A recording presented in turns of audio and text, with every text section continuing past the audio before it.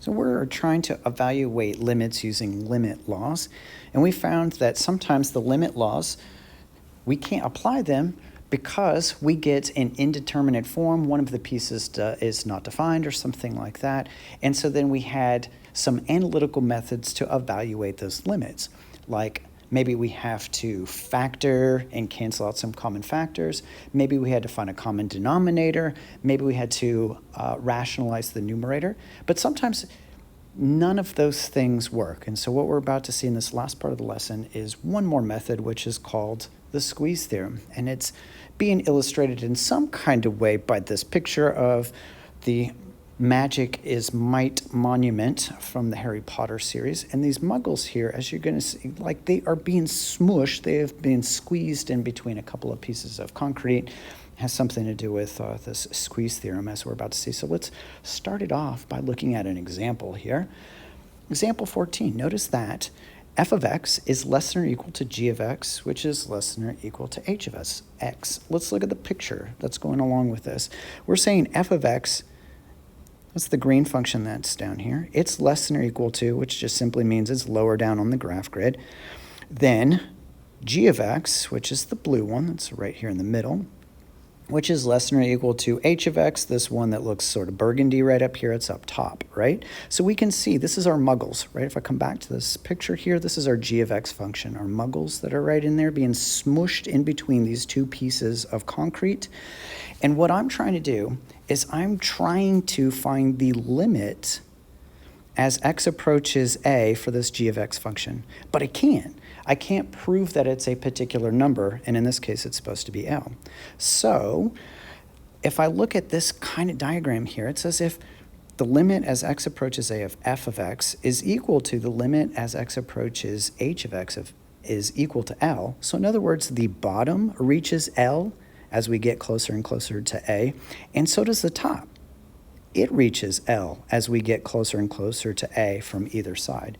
And the question is, well, then what do you think the limit as x approaches a for the g of x function, the one that is squeezed in between those two?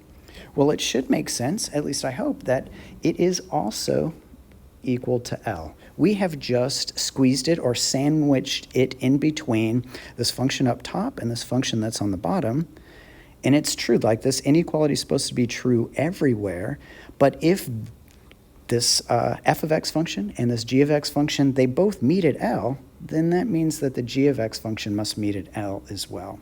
And again, this thing is something that we call the squeeze theorem. So let's look at the formal statement of the squeeze theorem, and it's the exact same picture that we see here with the exact same setup.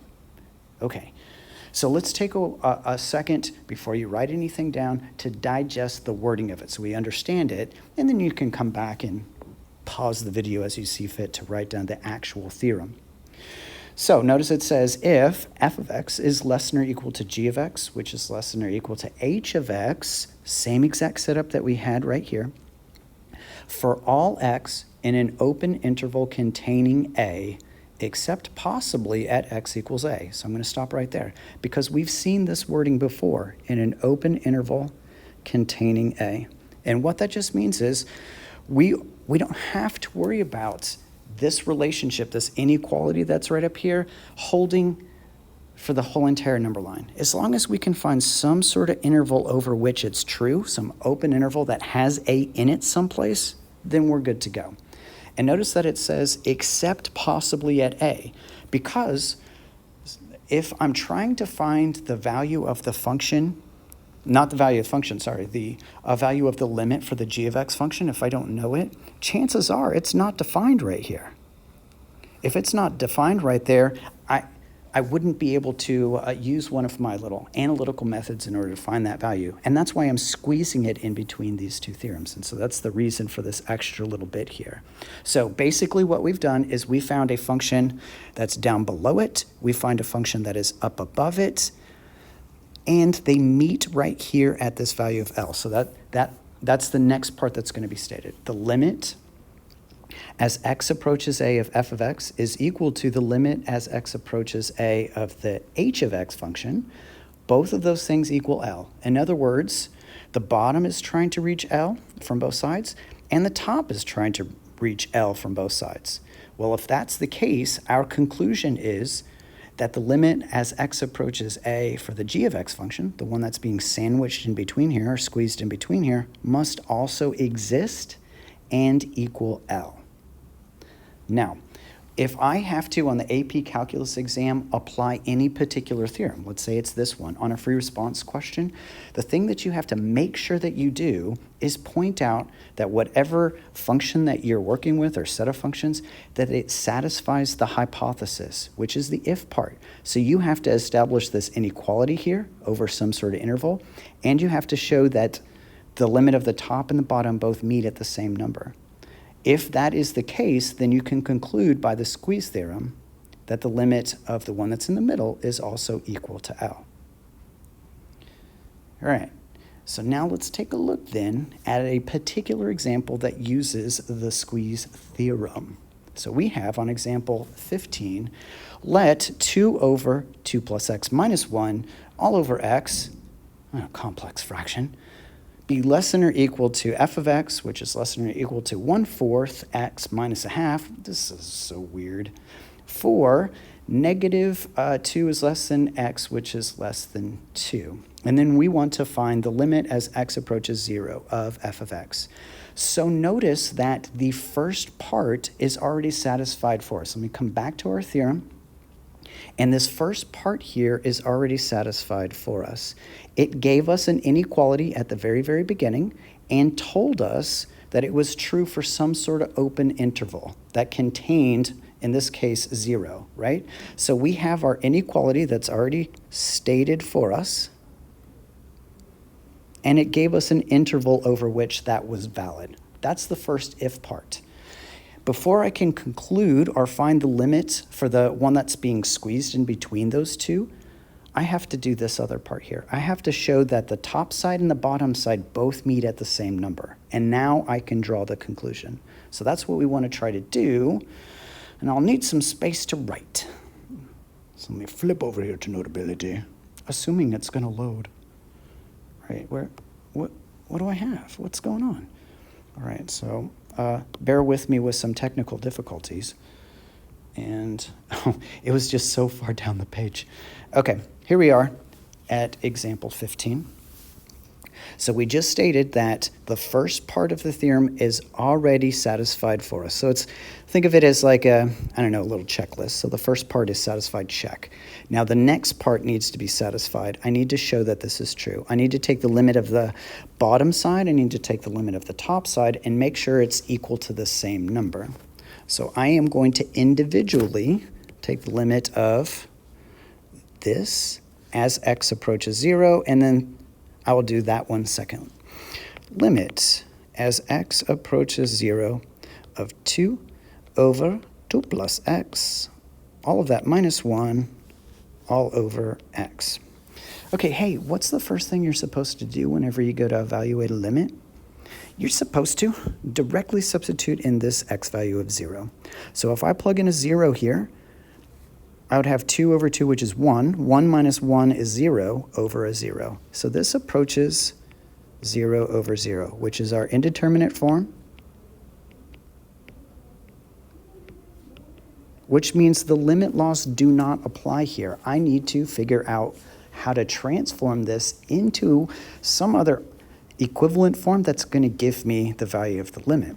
And to do that, since I've got a complex fraction, the strategy is to multiply by the common denominator, right? So I am going to just copy and paste this again because I am too lazy to write it.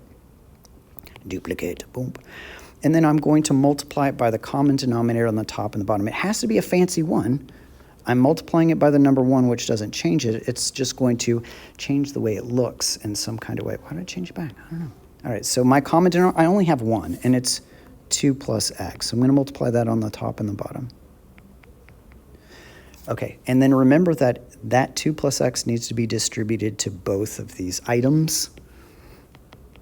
Limit x goes to 0. I would have the fraction 2 over 2 plus x, which I need to multiply by 2 plus x. And then I'd have minus 1 that I also need to multiply by 2 plus x. On the bottom, remember the strategy is always to just leave it factored. So I have x on the outside and then 2 plus x. I leave it factored because I know something's going to cancel. All right, let's bring it down. Let's keep going here. My limit as x goes to 0. The whole reason why I chose this common denominator is because I knew that those things were going to cancel out, and it just leaves me with 2. 2 minus, and then let's go ahead and distribute that negative sign through the parentheses here, so it's going to make a minus 2 and a minus x. All over x times x plus 2. Close the parentheses. All right, and then cancel our 2's up top. Limit as x approaches 0. I'm left with a negative x up top over x times x plus 2. I guess that's 2 plus x. I wonder if it's the same thing. All right, anyway, let's cancel out some more stuff. I'm going to cancel out these x's here. Remember that leaves a 1 up top. And then I think we have gotten it into its final form where we can evaluate the limit. So I have negative 1 over x plus 2.